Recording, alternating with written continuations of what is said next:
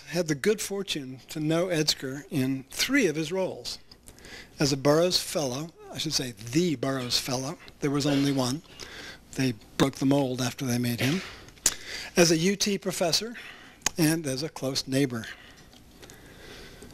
My first contact with Edsger came when I was recruited to Burroughs Corporation in San Diego back in 1976. One of the chief attractions of the job was that Dijkstra keeps us honest. During the next 2 years, I saw Edsger only occasionally, and it was just as a member of the audience of the short courses he used to give for Burroughs folks in Southern California. And in 1978, the project I was on at Burroughs turned a bit sour, and Joanne and I ended up moving to Austin to help start the Burroughs Austin Research Center.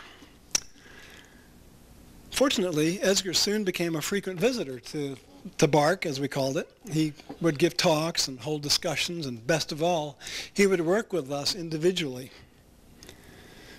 One day he complained that the writing table at the Hilton Hotel was really not very good. So I invited him to come and work at our house in the afternoon. And before very long, Hotel Richards was Edsger's usual place to stay on his visits to Austin. And we came to know Edsger at pretty close quarters. We grew to know his vast musical tastes, all the way from Haydn to Mozart, with Dvorak thrown in. His taste in cheese, not. And his conversational style, which David has already referred to, those long pauses while he thinks of just the right words. Edsger takes conversation seriously. It's for communication, not just for the avoidance of silence. Edsger's habit of extreme punctuality, la politesse du roi, as he's pleased to call it. His collection of word processors, mostly made by Montblanc.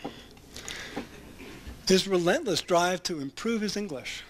His English is already much better than mine, but he keeps working on it and drags mine along in the process by asking very penetrating questions. Edsger's like many philosophers, he's quite a navel gazer, but he gazes at other people's navels. And Joanne reminded me of his unflappability one afternoon, pretty early in his visits to our house, when he lay on the carpet in our living room while our 2-year-old son piled him from head to toe with pillows. And the great man was completely unfazed by this invasion of his privacy. Well, we always looked forward to his visits, and he made quite a few to BARC, and he and the Austin Research Center seemed to get a lot out of each other. And of course, it was too good to last.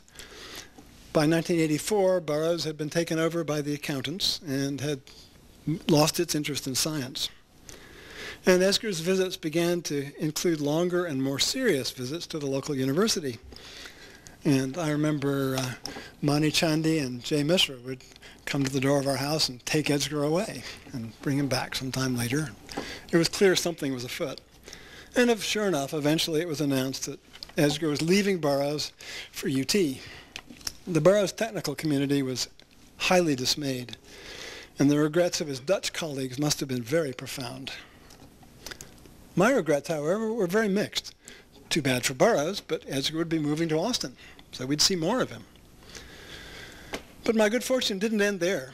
The house which Edsger and Rhea made their home turned out to be just a few minutes' walk from our house. 8 minutes, Edsger tells me. In one direction. That's downhill. Uphill, maybe a little more. So Edsger and Rhea have been our neighbors for 16 years now, and they've become our very dear friends. They often drop in of an evening, often in the course of their evening walks around the neighborhood. Sometimes they come just for coffee, always iced coffee, of course, and sometimes to spend the evening. And if a week goes by without a visit, I definitely have the feeling that there's something missing. So what does one say about a great man who is also one's dear friend and mentor, who has had a profound effect on one's modes of thought, standards of expression, and of teaching? Well, there's so much I could say, but you've all heard so much already. Let me just say one thing. I do recall thinking back in the early days at the Burroughs Austin Research Center that Edsger had such valuable insights and so much to contribute that it was a pity that he seemed to sort of raise up a bow wave in front of himself. It seemed that the way he expressed his message sometimes seemed to create unnecessary resistance to it. But over the years, I've come to believe that the bluntness of his message is an inseparable aspect of it.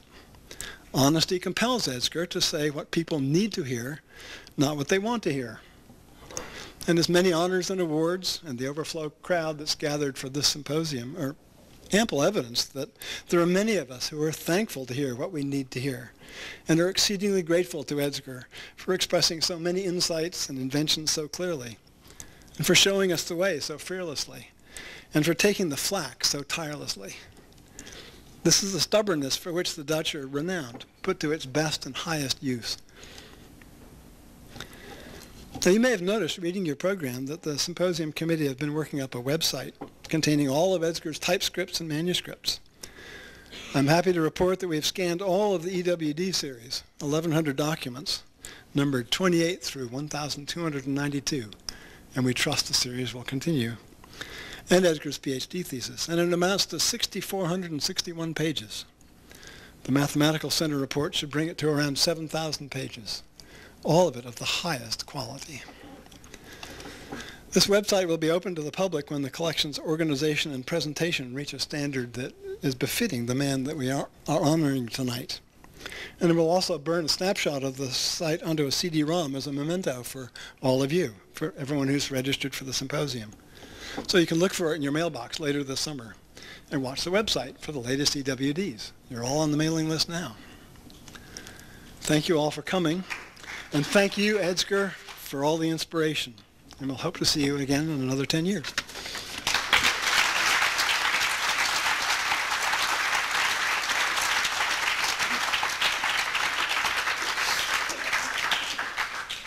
We've heard that Edsger's worked in a number of areas during his career: operating systems, languages, compilers, programming methodology, and logic. It shows a mental agility. Put another way, it shows an ability to adapt to the circumstance. The next speaker is somebody who's even more adaptive, or should I say adaptable, than Edsger. Professor Tursky of Warsaw University has lived under more different kinds of government than I have ever studied. Vlad.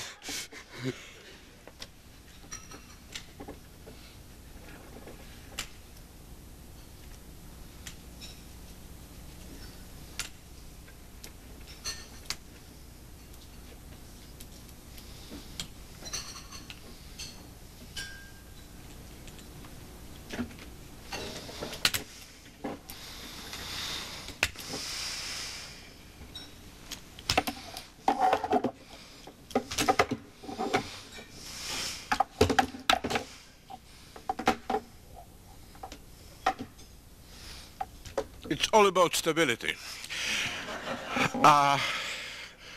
Ria, Edsger, ladies and gentlemen, colleagues, friends.